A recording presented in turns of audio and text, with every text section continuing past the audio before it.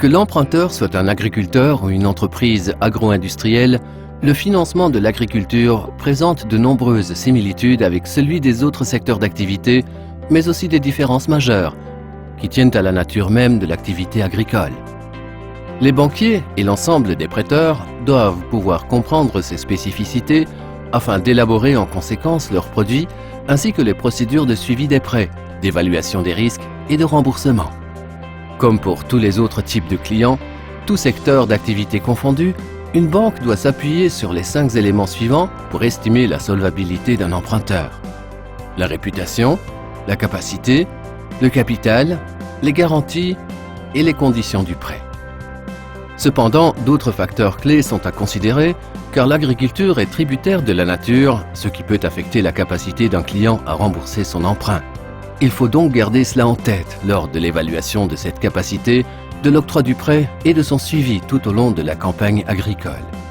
Plus particulièrement, il faut tenir compte du calcul suivant. Prix fois production égale revenu. Lorsqu'il détermine si un emprunt peut être concédé à une personne travaillant dans le domaine agricole, les banquiers doivent être impérativement attentifs au fait que les flux de trésorerie sont liés au cycle de production agricole, que le prix varie au cours d'une même saison et que plusieurs éléments, comme la météo ou les parasites et les maladies, peuvent avoir de graves conséquences sur le rendement.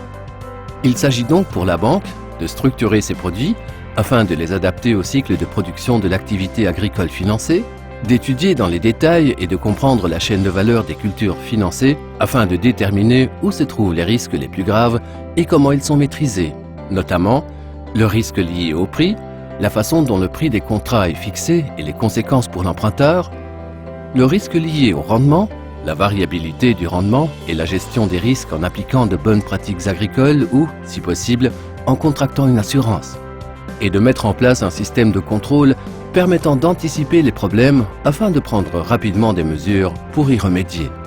Il peut s'agir d'embaucher des experts du domaine pour être avertis de problèmes imminents.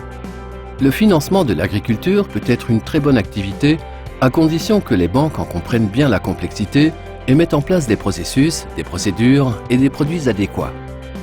Cela permettra de s'assurer que le prêt concédé tient bien compte de tous les risques inhérents à ce secteur pour le bien de tous.